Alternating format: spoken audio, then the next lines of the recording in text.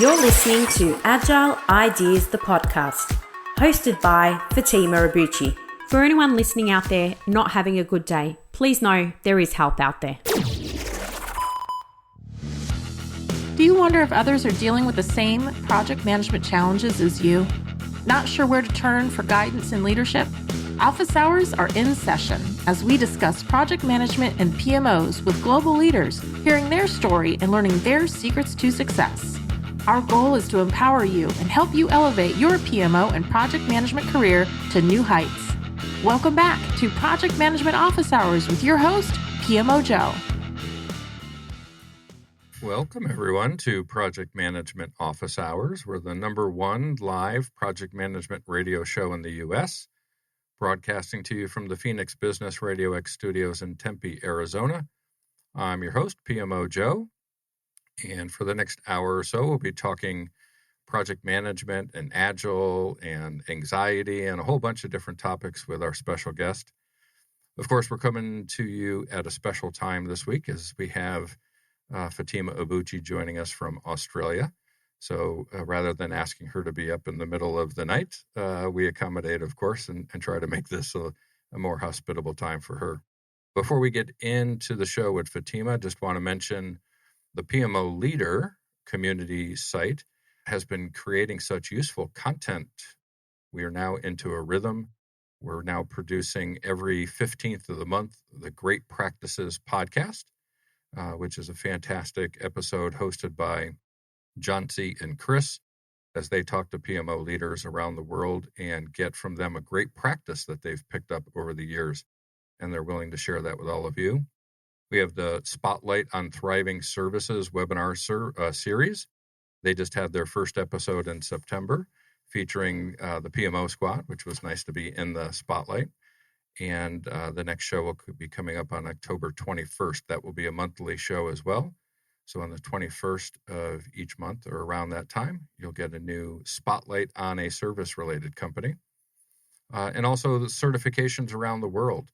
If you're wondering about the alphabet soup of project management-related certifications, our host, Michael O'Connor, interviews people from one of the project management associations. Last month, he talked with Rebecca Fox from the Association for Project Management, or APM, as you may know them. And you can catch all of those episodes, plus some new shows, such as the Book Club, which we're going to be coming out soon. And you can visit all of that on the PMO Leader website at www.thepmoleader.com. Also want to thank our sponsors, the Pmo Squad. They're a premier PMO consulting firm in the United States. And you can check out their website to learn about the purpose-driven PMO and ask yourself, where are you in your project management journey? They can help you work your way and navigate through all the pitfalls that you can face along that journey. Finally, a reminder, all of these shows are recorded and we release them as a podcast. You can catch all the past episodes on Apple Podcasts, Spotify, or iHeartRadio, or projectmanagementofficehours.com. Go out there and check out all those great episodes. Speaking of past episodes, Fatima Abuchi is a repeat guest for us, and she's joining us live. Thank you, Fatima, for joining us once again. Look forward to chatting today. Sounds good. I'm sure we'll, and we promised that we would do a second episode because we had so much to talk about. So I figured that we might as well do it. So it's good timing, and thanks for making it a good time for me this morning. Absolutely. For those maybe who didn't catch the first episode or aren't familiar with you, can you just do a brief intro and share a little bit with the listeners, a little bit of your story? Yeah, sure. I fell into project management about 18 years ago, and I've been in it ever since. I've worked in over 25 companies across 16 countries and 16 industries globally. I've worked across all gamuts of project management, right through from strategy to delivery execution, and quite heavily in the PMO and governance space. Over the last 6 years, I've spent pretty much the last 6 years figuring out the divide between the governance needed for an Agile environment, because obviously Agile has grown so much more in the last, I think personally, in the last 10 years than it has in the last 20 or 30 years. So there's a big disconnect. There's a lot of companies that have gone down different paths. I'm sure we'll talk about that. So I've basically been helping to work out how we bridge those gaps. And then more recently, I've set up a not-for-profit in the mental health space, which is a space that I'm very, very passionate about, and also some new workshops that hopefully we'll be bringing to market very soon as a result of some of the great work that the team's done during lockdown, which has been a bit of a quiet time for us, and it's just been a good opportunity to see things move from there. But yeah, so all things projects and PMO is my bread and butter, and I really do enjoy doing that, as well as recent work with the Pmo leader as well, which has been a really good new opportunity and partnership for this year as well.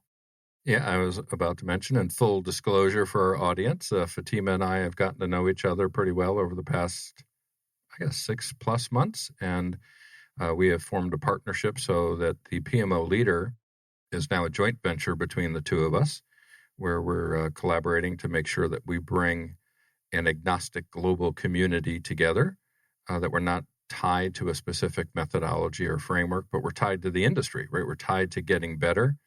So the PMO leader has become the go-to global hub for information sharing, networking, and services. If you're a PMO leader or in a PMO, certainly go out there and check it out, and excited about some of the new features that we'll be rolling out in the months to come. So let's jump into something that you had mentioned. We had talked about it a little bit on the last show, but to be honest, I didn't really know you back then as well as I do now. And when we start talking about mental health and anxiety, it starts to almost become an uncomfortable conversation, right? Because it's not part of maybe the norms of society. And now that I've gotten to know you a little bit more and you've established Return of the Panda, I feel more comfortable talking about it with you and help everybody understand a little bit about what your mission is and what you're working to accomplish with Return of the Panda. Thanks, Joe. And you're right, it was very early days, but a lot of work has been done to date. Just for background, for those that may not know or have heard me speak before, I've been suffering from an anxiety disorder probably since pretty much all my adulthood. It's been quite a long time, actually, since I fell into the world of anxiety, not knowing what it was prior to that scary night that I had where I had a full-blown panic attack and ended up in hospital. I've spent probably the last 15 plus years trying to crawl back from the overwhelmingness, anxiety, as it debilitates people. And obviously it affects people in different ways, and I understand that completely.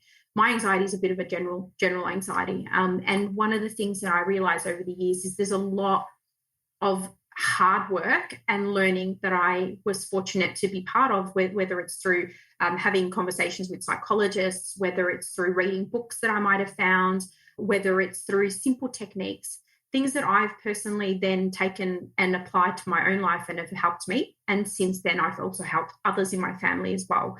A number of people in my family have anxiety or depression or both. And so I've been really fortunate to be able to share those learnings. And the idea of Return of the Panda was really, after so many years suffering from anxiety, I remember talking to my husband one day, and every time I would get really overwhelmed and anxious, I would cry, bags under my eyes and makeup smudged everywhere. And one day he said to me, "Oh, look, the panda's back." And I just realized, hang on a minute, that sort of language there is just so universal. It's just so simple to understand. And I spent so many years trying to help people understand what is anxiety. So I've set up Return of the Panda as our first not-for-profit. We're still sort of building it up and getting our not-for-profit status here, but it's ultimately aimed at inspiring and educating and informing sufferers that they're not alone. I feel for them because I've been where they are, and I'm hoping by inspiring and sharing my story and providing practical support that it will help provide some reassurance and comfort whenever they need it. I want to embrace them with encouragement and support to help end the stigma associated with anxiety, and amongst that, bring products and services and tips and techniques and materials and all sorts of things that can help people in a really practical way to supplement all of the theory that's out there on mental health. And so Return of the Panda is my new baby, my new business baby, and I'm really proud of it. And it's only just getting started, but I'm looking forward to sharing more with everyone. Yeah, and one of the, I don't know if it's good news or bad news, I guess one of the side effects of hosting a show where I talk to the world twice per month live is people get to know a little bit about me more than just the professional. And everyone knows my oldest son went to Navy boot camp this year to get into the Navy. And while he was in boot camp, he started suffering from anxiety. He had symptoms prior to going into boot camp, but nothing like he was experiencing in boot camp. And you and I had chatted about this, and you had given me some kind of tips to be able to chat through with him. Unfortunately, you can't really chat to them directly. So you write a letter with some ideas in it. It gets there 2 weeks later. And by the time they respond back, it's, they're beyond it. But anxiety impacted him so much. What people don't know, I don't think we've gotten this part of the story, is he had a fall out of boot camp. He didn't make it, right? He asked to be let go. And it wasn't from physical capabilities. It wasn't from desire. It was he couldn't handle the anxiety of it. And now that he's home, a lot of that has subsided and he's getting back into his normal rhythm of things. But it impacts all of us, even if it's not us, right? And I think that's part of your messaging, right? As you talked about your family, how many of us out there are impacted, either ourselves or family members or friends that deal with these symptoms, and we don't know how to work with them and how to help them through all that. Yeah, 100%. And thank you for sharing your story as well. It is something that it took me quite a long time to want to speak up about it, because for a long time, climbing the corporate ladder and doing all this work, I always believed and was proven wrong that if I speak up about my mental health, that I would be, not promoted, people would question my ability. They wouldn't want to work with me. But it came to a point for me where it became a point in time where I just got so concerned that we were sort of hiding mental health under the covers. And a lot of times, in particularly what I've seen in corporate, it very much is so. I think COVID's actually opened the door for a wider conversation on mental health, which is amazing if one positive has come from it. And for me, it was like I got to a point in my career where I said, you know what, if people don't want to work with me or don't want to liaise with me or want to judge my work based on the fact that I have a mental health condition, then that's their decision. And I then took a public stand by joining Australia's largest not-for-profit mental health organisation called Beyond Blue, who is one of the most recognisable in the country, if not the most recognisable, and started volunteer speaking for them. And then when I realised, just to your point, just making some simple examples and stories of things that happened to me. I recall one day being in a presentation with a large corporate group talking about mental health, and then someone came up to me after the session and said, I can't believe that what you just said, that happens to me. I didn't know that was anxiety. I thought I was crazy or something was wrong with me. And they went out and sought help. And another gentleman, same similar story. One year when I was speaking, talking and explaining the symptoms and signs of anxiety, then a year later, when I went back to that same organisation, he'd said to me that he'd helped using some of the tips and some of the free resources that were also provided at the time to help his wife overcome her challenges in the bulimia and anorexia space. So it's just so powerful when you just have to give little examples. And I think us as leaders, particularly as CEOs of our businesses, the more we share and are open to being okay with the fact that we all have our own mental health challenge in some way, the more it will normalize it and help other people in organizations to be a bit more empathetic and sympathetic to that. So yeah, it's great to know that little tips like that can make all the difference, no matter how small they are. Yeah, and I think maybe it's the times we live in, but Simone Biles during the Olympics, of course, was dealing with some anxiety issues that really, in the States here, brought it front and center. But when we're at work, if a coworker has a broken leg and they come in with a cast on their leg, we want to hold the door for them. We want to help them get to their seat. We'll go run and get them a coffee. We want to take extra steps to care for them. But we can't see anxiety the same way. right? So it becomes, oh, that's not real, right? You don't really have something. You're just saying that. You're just using it to pull sympathy card. How do we get to a point where acceptance becomes normal, that you don't have to see it to know that it's there? Yeah, 100%. It's really interesting. I call it the invisible illness because it is so invisible. And your example there is absolutely spot. I use that analogy in a lot of presentations, and it helps streamline the understanding of what we're talking about. It's literally an illness. It's one of, mental health in general is one of the biggest, if not the biggest, I think, globally in terms of up there in terms of conditions that we need to be concerned about. And the rates associated with that are just increasing and have increased significantly in the last couple of years. I think for me, it's also about understanding that everybody's mental health is different. So I have anxiety, and thankfully I haven't gone through any depression, but people in my family have. So my anxiety might be about certain things. So, for example, Joe, you've worked with me now. Busy running companies. I've got a team of 10. I'm working with, Tier 1, Tier 2 clients. We're running, multi-million-dollar projects of work for companies and helping them. That doesn't give me anxiety. I'm okay with that. But if you said to me, for me, there's a lot of anxiety on the health side, even though I'm a healthy person. But for other people, it might be something else altogether. They might have an obsessive compulsive disorder, or for others, they might suffer from another type of anxiety. So we're all different. And I think that assuming that people who have a particular mental health condition is the same, and because they get through it, you're going to get through it. And it's not like that. So I really feel like we just need to start talking more about it. And really simply, at the very minimum, making it okay to say, I just need a little break. And allowing people to do that, whether it's because they've got a full-blown anxiety disorder or whether they're just got some challenges that particular day. And I think we have to make that okay so people can look after themselves because their mental health and their physical health is more important than anything else.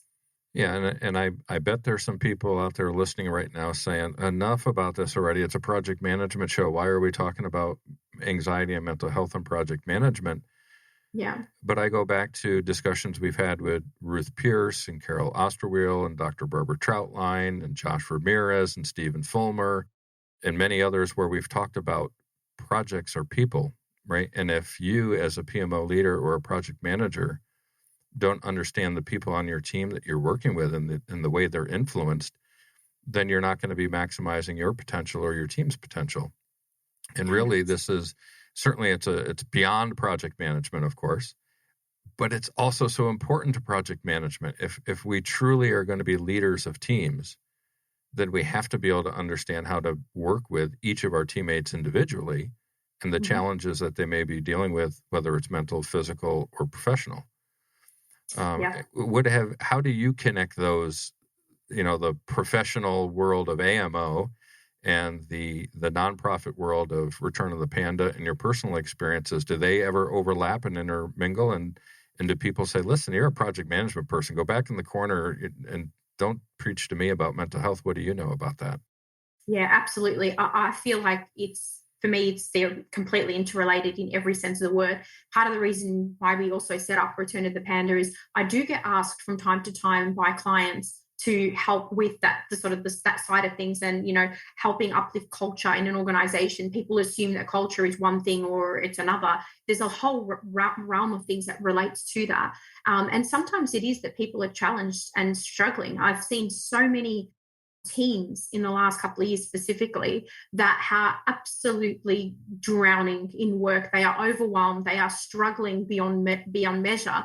And then some managers are overloading more work, but instead of stopping to ask them, hang on, how can we make it more simpler? And when we think about PMO and project management and creating efficiencies and removing waste and eliminating duplication, that's at the core of everything that I like to do. So for me, when I go into an organization, I don't think about just what can I do to achieve goals that I'm trying to achieve? I think, how can I make life easier for these staff? How can I make it easier for the people that have to deliver this work? Where can we remove waste and duplication? The more that you alleviate those things, it's going to help give space for people to focus on their own physical and mental health. But often companies don't realize that there is more underlying issues that they're not seeing. So one of the things that I think companies have been doing a lot better with is they've improved their employee assistance programs, which I think is great because it means, trained professionals. By no means am I a mental health professional. I've only got experiences to talk about. But in these organizations where they're bringing in counselors and trained psychologists and psychiatrists to actually work with people.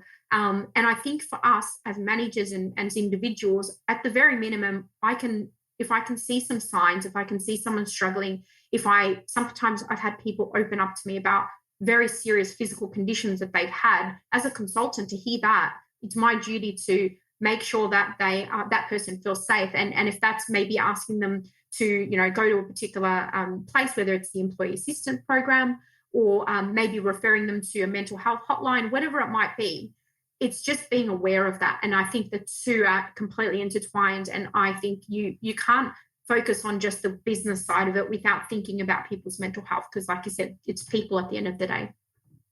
Yeah.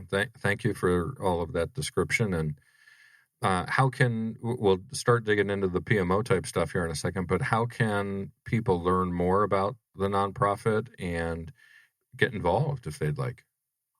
A best place to start is go to www.returnofthepanda.org. And on our website, you'll find ways to contact me, more information. We've also got a resources page with helplines, things that have been useful for me, whether it's checklists to check your mental health, etc., and from other reputable sources. And also, if you register on our website, you'll be notified of a product that I'll be launching to help those that are suffering like me that I use that I think can really make a difference. So if you want to get in touch with me, www.returnofthepanda.org, best place to start, or via LinkedIn as well. Awesome. And I wanted to make sure that this was our first topic on the show today because it's the most important topic on the show today. We're in the project management community, but first and foremost, we're people. At the Pmo Squad, we don't talk about work-life balance. We talk about life-work balance. We have it wrong, right? It's reversed. It's supposed to be life before work. And too often people talk about creating a work-life balance. And I think it's important on topics as special and as significant as anxiety and mental health that we put it where it belongs. And it is more important than project management all day long. And it needs to be talked about that way. 100%. Without your if you're not mentally or physically healthy, you're not good to anyone, not in your own business or anything. So you've got to prioritize it and make time. It's not finding time, it's make time for it. Absolutely. All right. So let's shift gears and work towards our PMO and project management space. We the PMO leader posted a question on their LinkedIn page yesterday, asking a question to the community about what type of training are you planning for you or your team? And the choices were Agile, leadership, PMO, or project management. And it was so still go out there and vote, everybody, right? Go out to the PMO leader LinkedIn page and vote. But I was surprised by the early returns, right? When people think project management, or PMOs rather, they think project management, right? It's a program, portfolio, or project management office. But the voting on the poll is showing that the number one training they're getting is in Agile. So how is this all happening, Fatima, right? How are we getting Agile and the PMO coming together as something where it seemingly used to be two separate worlds are now merging into one? Yeah, absolutely. It's actually really interesting. I did see and I did vote as well. I didn't vote Agile though. I voted leadership, but it was interesting because I don't know the actual statistics on it, but the rise in Agile, like in organizations I'm working with, a lot of large corporate businesses particularly in the last 5 or 6 years, the amount of Agile types of training, whether it's bringing in specific methodologies that have an Agile flavor, whether it's mindset training, whatever it might be, is growing. A lot of larger organizations globally, but referencing sort of the Australian landscape, have gone down the path of, Agile ways of working, which to them basically means bringing in, for most of it, it's a hybrid version of an Agile framework or overall bringing in particular methodology, whether it be Scrum or SAFe or whatever it might be. And what that's meaning, what's happening, and I started seeing this about 6 years ago before I set up Agile Management Office, which is really interesting how it's developed. They're training the traditional project teams, so project managers and the corresponding delivery teams. What's ended up happening is over the last 5 or 6 years, people in PMO and whatever you call your PMO in your organization, I'm just going to say governance, right? Those groups of people, as usual, in the white paper I talked about this, they don't really get much training. They don't really get much budget for training. They don't really get much authority for a lot of things unless you're at the enterprise level. And so they're going, oh, okay, everyone over here is now doing some sort of new methodology and new practices and new mindset techniques, all relating to the flavor of Agile, the Agile umbrella, big A Agile, small A Agile. And they're not keeping up. So PMOs are not keeping up. So what PMOs are now doing to supplement that is we're going to go get that training. We're going to go get that particular training. We're going to learn Scrum. We're going to be, trained in all of the different methods that exist out there, and starting to try to bridge the gap that way. The challenge is those training, majority of them, from what I've seen, for a long time, didn't have a big emphasis on governance and the associated elements that are really, truly relevant for PMOs. And so I think there's still a bit of a gap. And that's the gap that I'm currently seeing, where people are trying to get that, but it's not answering all of the questions that they need to solve the problem that they have at the moment. Yeah, and I think the dynamic you discuss, right, is, again, you had mentioned earlier, something good that came out of COVID, right? Another thing that's come good out of COVID, I believe, is workers have become empowered to say, even if you want us to come in the office, I don't want to anymore. We're going to work from home. Yeah. And what's happening to PMOs, I think, is workers saying, I don't want to do it your way, the traditional way anymore. We need to be more agile to serve our customers.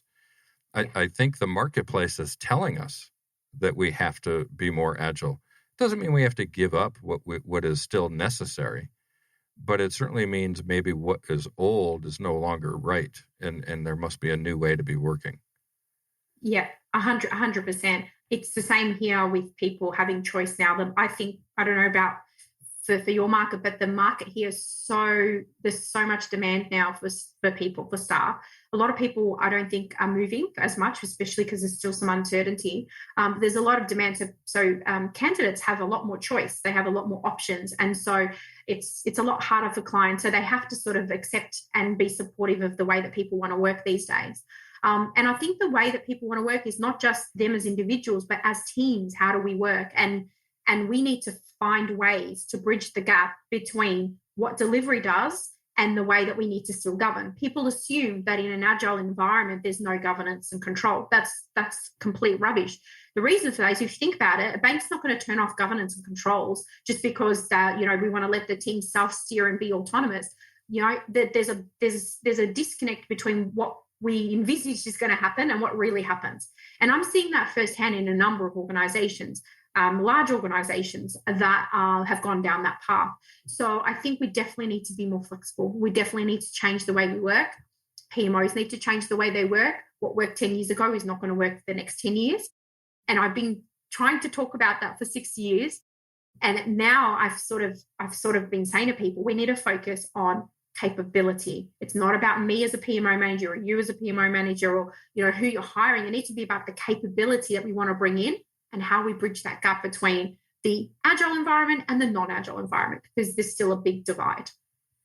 Yeah, I had done a personal poll out on LinkedIn a couple of weeks back asking, where are you getting your training from? Is it in person or online? And are you paying for it yourself, or is your company paying for it? I think pre-COVID, a great majority of the training was in person, paid by companies. Yeah. The poll results were a complete opposite, right? 91% of the training being received today is online. And of that, 2/3 of it is being paid by the individual themselves and not the company. And I think this goes back to, if I'm working from home, where am I going to go get my training in person? I have to get it online. And if I'm online and I'm not around a team, I'm not asking my boss for what's the training budget. I'm just going to go get the course and I'm going to take it. And if it's affordable, I'm not going to worry about it. Right? It's the capabilities are shifting. The work environment is shifting, forcing us to be able to work differently. And I think the PMO I'm going to have a staff meeting where every PM is going to come in and they're going to talk about the status of their project, and we're going to build a giant dashboard.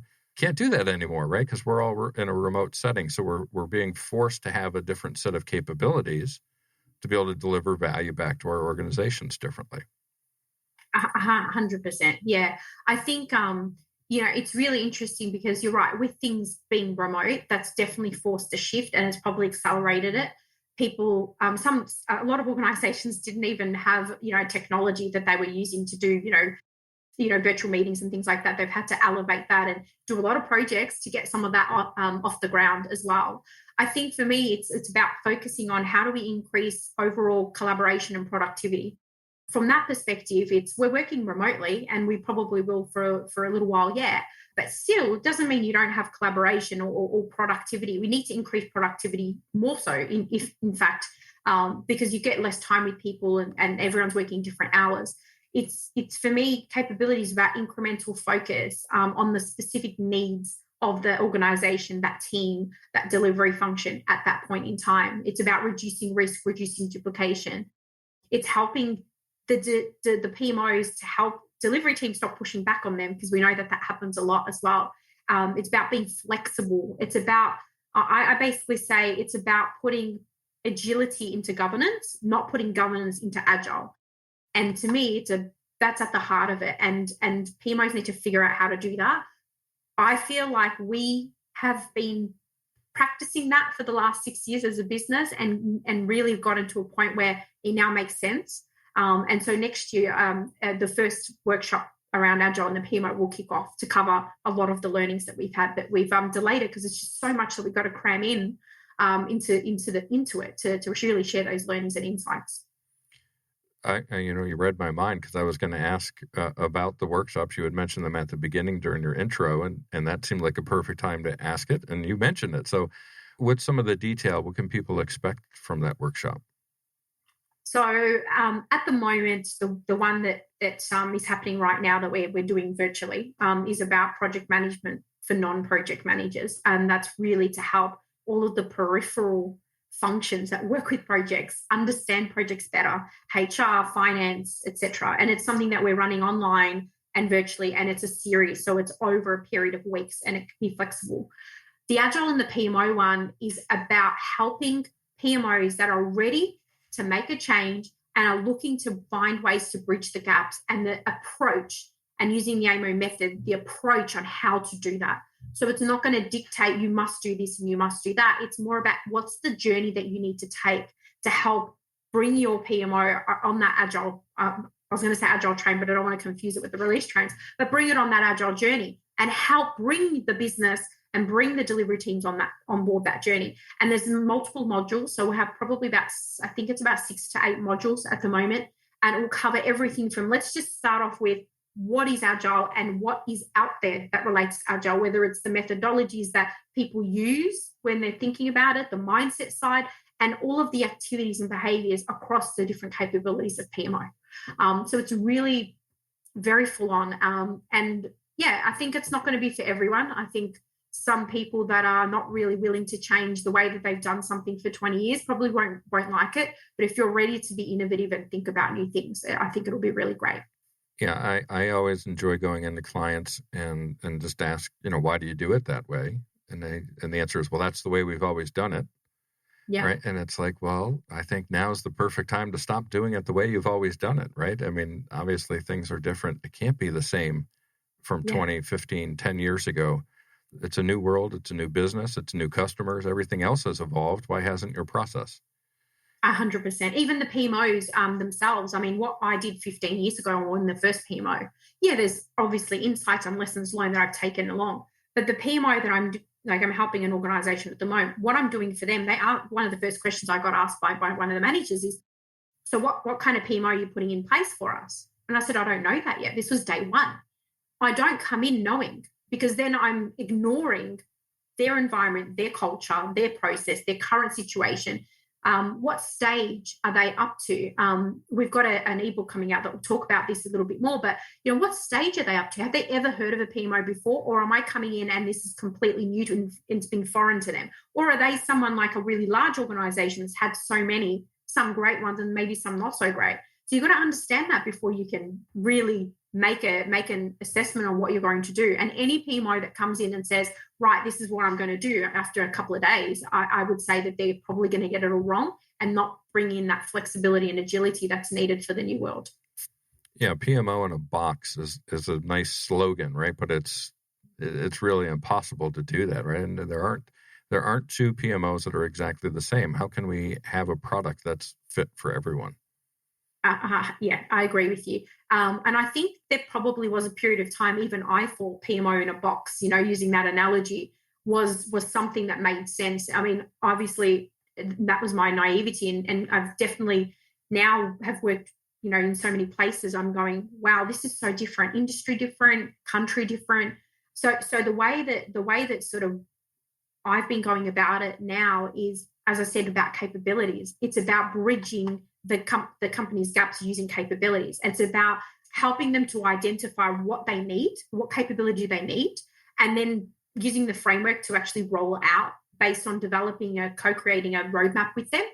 And then you start putting things in place. You don't just come in and start putting things in place, because like we've learned from Agile, if you don't have a clear upfront, product owner that has clarity on what they want to achieve, or you don't have clarity on what you're building, you're going to get into a lot of trouble. And obviously we know that from Project Management 101, but we should use that in PMOs as well. And often I don't think we do.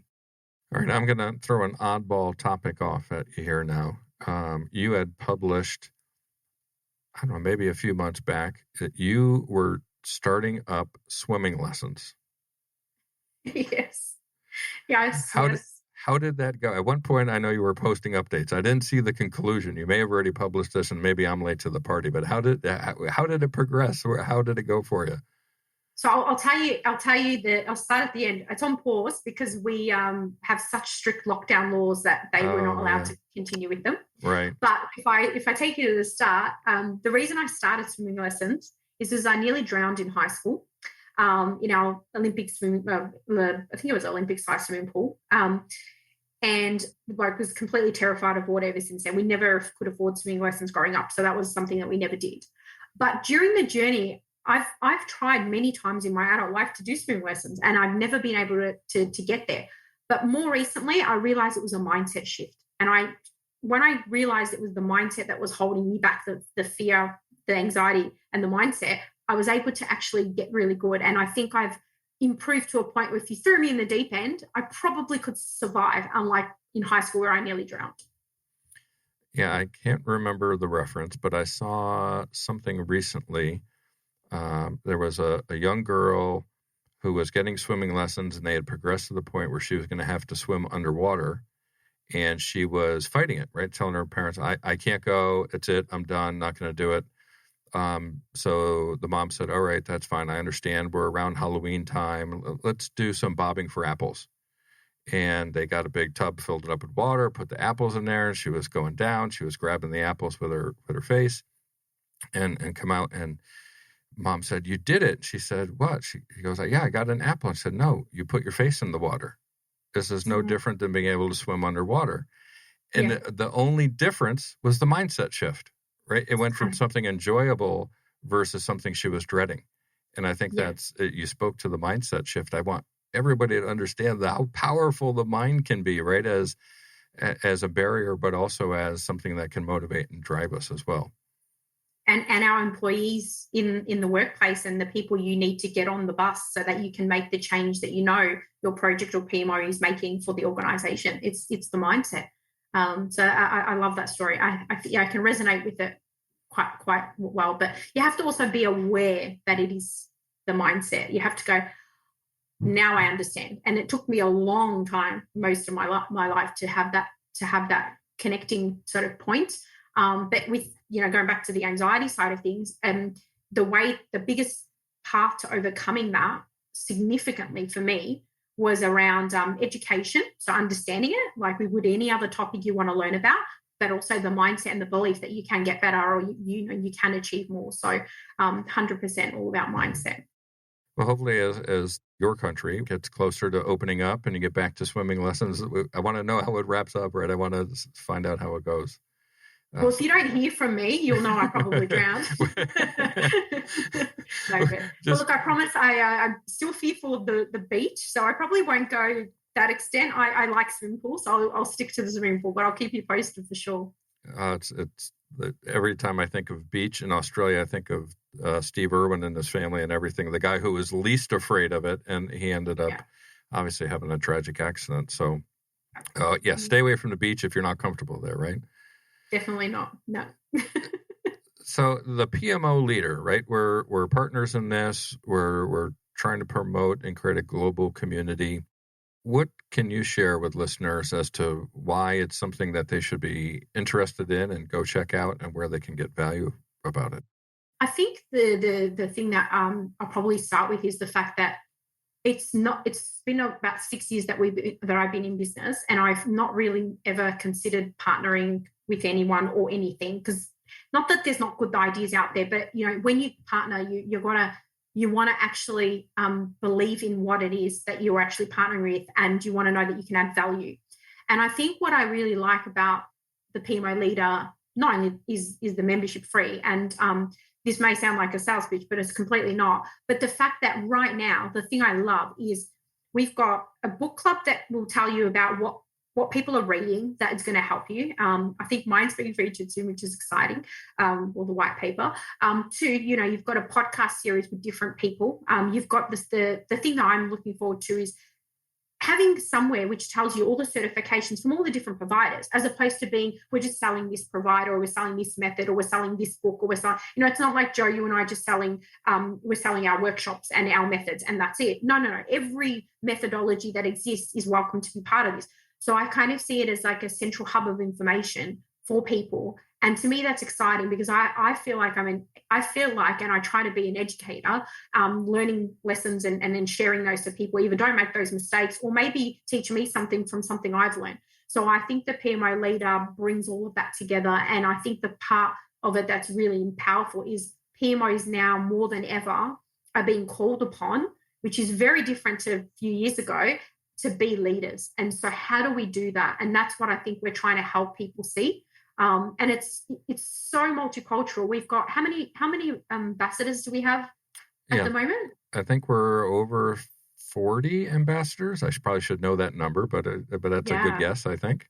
It's growing and it's global. So at the moment, thinking about some upcoming white papers and work, it's like, okay, we've got questions about something that's happening in the African region. Okay, I'll talk to Billy, or, something that's going on in Spain, or we'll call Leonardo, or something that's going on. So it's just having that global perspective on lots of things, whether it's workshops, books, good blogs to read, and the community. It's just so exciting to me. And so that's why I was really keen to be part of it. And I feel like I can funnel my PMO energy, because that's only one part of projects and governance and strategy that I do, into this, because it's so exciting. So I love it.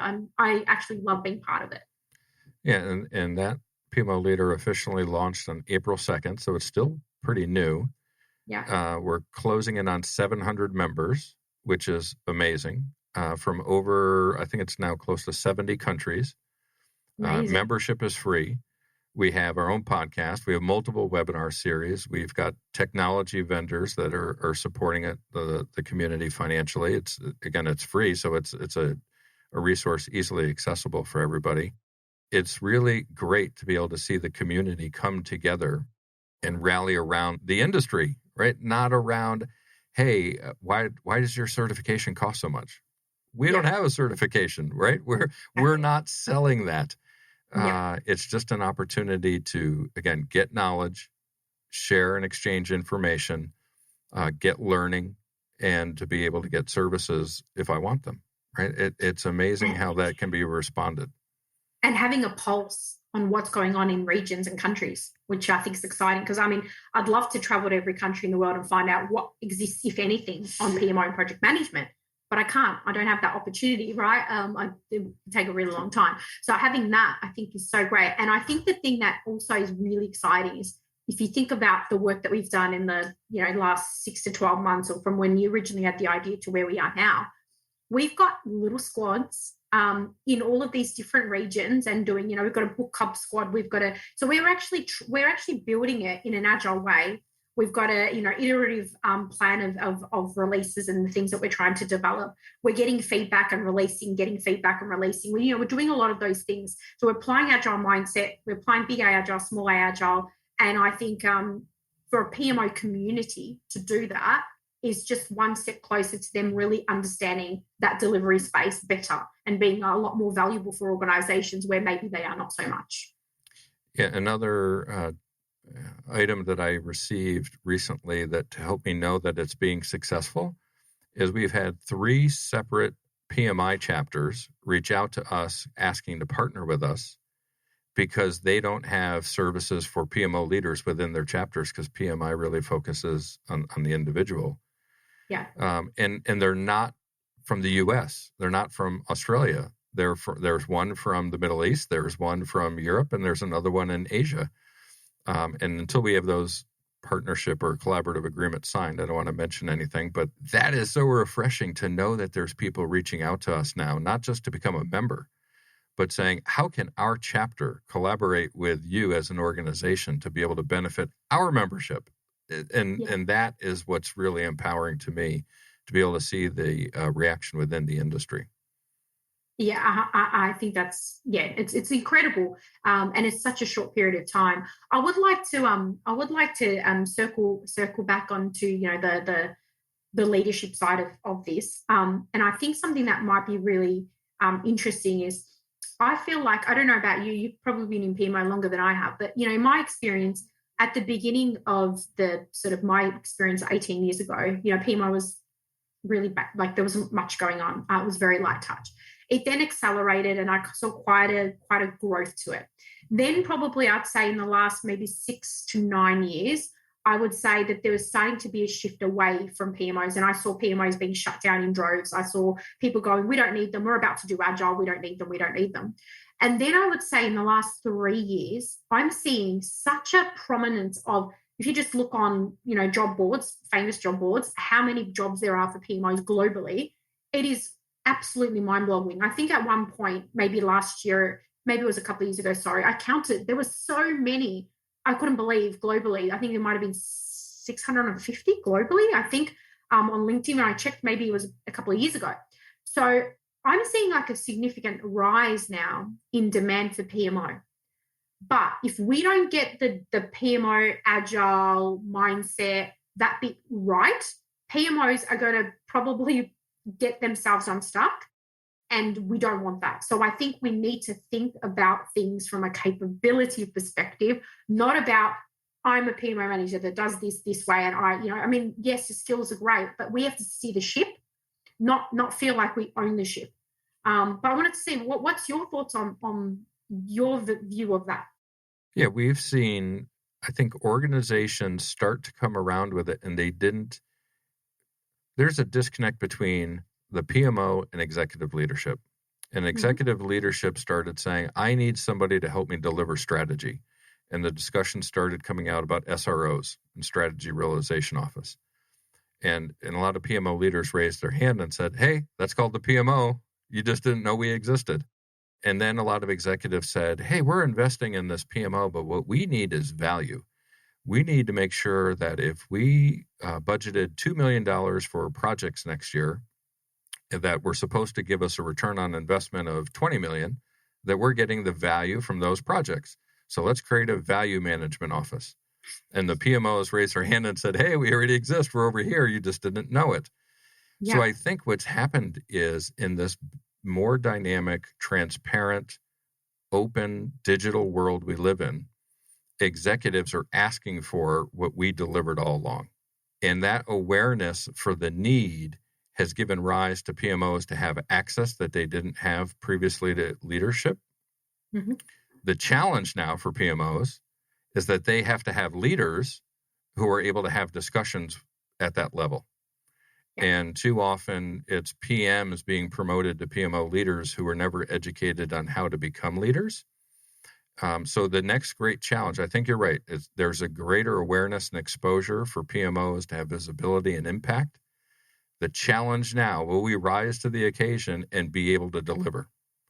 If we can, then I think we'll see even another stage in the evolution of PMOs where we go from functional to enterprise as accepted. And then if we fail, unfortunately, we're going to be stuck, kind of in this never-ending cycle of swap out PM, swap out PMO leader, make them functional, decentralize, centralize, kind of that evolution that all organizations go through. Yeah, so yeah, I agree with you. It is definitely, and that's in the States and Australia. So we're getting bookending the globe here, right? That we're seeing that all around the world right now. It's like the revolving door of PMO. So I 6 years ago, was working in an organization and I was like trying to explain to them, we've got to change the way we're working. The big organization, one of our largest, and they just weren't listening. They weren't listening. And I was saying, these are the reasons why. To give you an example, in one organization in the last 10 years in my career, I went in to set up a PMO, but I was the fourth PMO manager in 2 years. Mm-hmm. The recruitment costs, the onboarding costs, the cost of time that was wasted by all these PMs that had to keep learning new things from new PMO people. And, so when I got in there and they were like, oh, another one, like it was really frustrating for them. So going to your point around the value management office and the SRO and all of that, I don't care what people want to call it. At the end of the day, like I said, it's the remnants of what PMOs are good at, or at least the good PMOs. There are obviously some that need to uplift. But if an organization looks at it from a capability perspective, the way they look at their business architecture and the strategy for their organization, we need human resource capability, we need finance capability, we need all of these things. And we think about what capabilities do we need that's going to support projects, then it's about the capability and not about the revolving door of PMOs. Mm-hmm. I call it capability in a box. And that's what I'm basically doing with clients now. It's like, it's not about me or this PMO manager or that PMO manager. It's about what capabilities you need to drive your business forward. And I think, like I said, you can call it whatever you want, but unless you're doing that at the executive level and the C-level executives are paying attention to it, there's so much waste going on down here, and they're so high up here, they probably don't even see it. And I reckon they're wasting so much money. I mean, I've seen them wasting so much money. So I think they need to shift the thinking top down, not just thinking about, bits and pieces of the puzzle, but the whole end to end. Yeah, a shout out to the PMO Global Alliance, who puts on the PMO Global Awards every year. This will be my third year judging that competition. And I can say the finalists this year, not to diminish any of the prior winners, but the finalists this year have exceeded any of the others I've seen. And they're in a wider variety of industries and size companies. But there's one thing they all have in common. The ones who've made it to the finals didn't get there overnight. They've been on a journey, right? They've had to evolve and mature over time. And I think one of the other pieces where PMOs have had some failures over time is organizations haven't been accepting of the journey. They want results quickly. They want to be able to see the impact quickly, and they want to be able to see that their investment is making a quick return. Every one of the four finalists have a very detailed, long history of slow progression, but giant impact at the end of the day. And my hat's off to all of them. November 11th, we'll find out who the winners are, or who the winner is of the PMO of the year from that competition. Just a plug for our show. I'm trying to get the PMO leaders for each of those four organizations to come on the show to be able to talk through them and talk through that experience for them to help understand. I mean, some of them there's one from El Salvador, right? Oh, wow. My husband's from El Salvador. Yeah, we're here in the United States. We can't get out of the first round. And there's a company in El Salvador that is just crushing it, man. They just have an amazing PMO. He's already agreed to come on the show, their PMO leader, so I can't wait to talk to him and share their story. Again, I don't know who's going to win. All four of them were fantastic, but I was so impressed by what they did just because of my expectations were so low, right, from an organization, which is probably more a reflection on me than them. But I was just like, this is fantastic. It's a little teaser for shows coming up later this year and into next year that we're going to be talking to some of the finalists in those award competitions. And let's not forget that you have gone from being in top 15 to top 8 for Pmo Influencers of the Year as well, which is exciting. So congratulations on that. Thank you. But if we're going to do that, don't forget you were one of the final 3 last year, right? So, I think we both are making an impact, which is great. And congratulations to Bill Dow and Laura Bernard and Marissa Silva and Philippe Hussar for being finalists this year, all deserving. And I'm interested to see. The only one I don't like is Philippe was in the top 3 last year, so he gets to go a repeat performance. He has an edge over the other ones, I think. Yeah, exactly. And you know what's really, I did judging the year before, I couldn't this year, but I agree with you in terms of the quality, and seeing that versatility of what people are doing is amazing. And I think the interesting sort of element of it all is, well, one, that there is an awards space for our field that is growing in popularity for sure. And the fact that there are some organizations that may not be successful in getting to a particular round, but they come back, and the progression between years is, I think we're mentioning is so great. And 100% agree with you with the progression, not just for these award finalists, but just in day to day. You go into a company and they go, okay, well, we want you to. I had one company who asked us to build a toolkit, the templates and toolkit. Yeah, we did that, but nothing changed. They actually probably went backwards as a result. But and we said, probably not going to get you the outcome you want. Yeah, I know. Just do the toolkits and templates, and someone else is going to come in and manage and set up the PMO.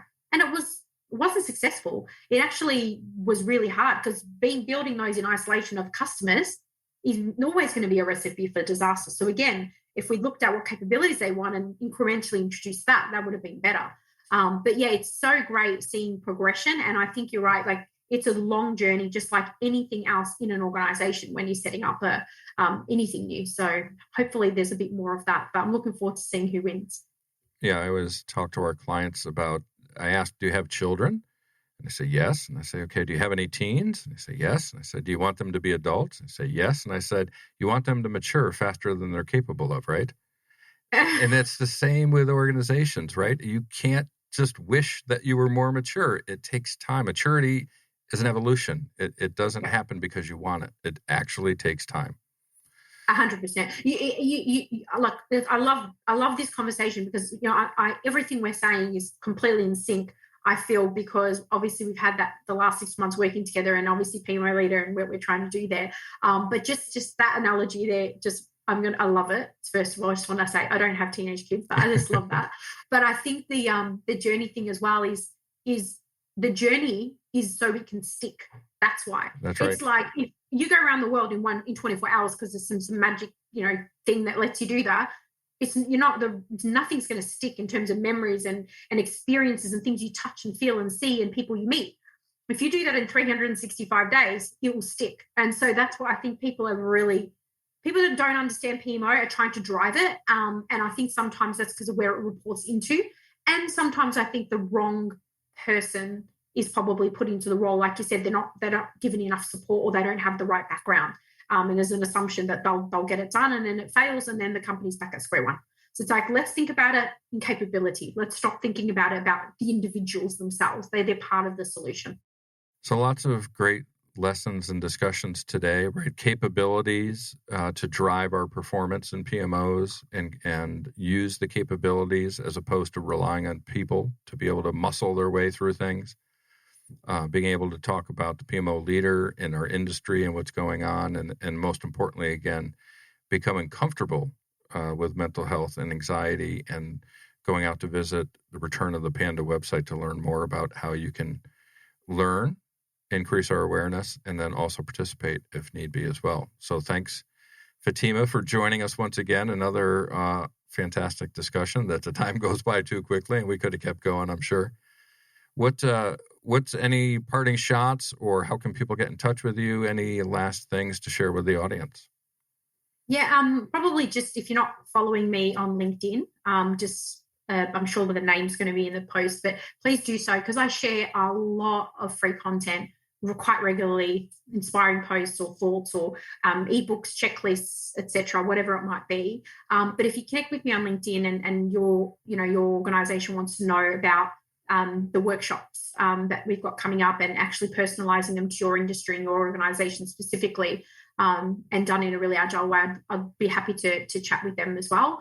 And obviously the return of the panda.org website to stay tuned on what's happening in that space. But yeah, we always run out of time. But you and I talk all the time anyways, we just don't record it. So maybe we'll do a bit more continuing conversation, I'm sure, in the coming weeks.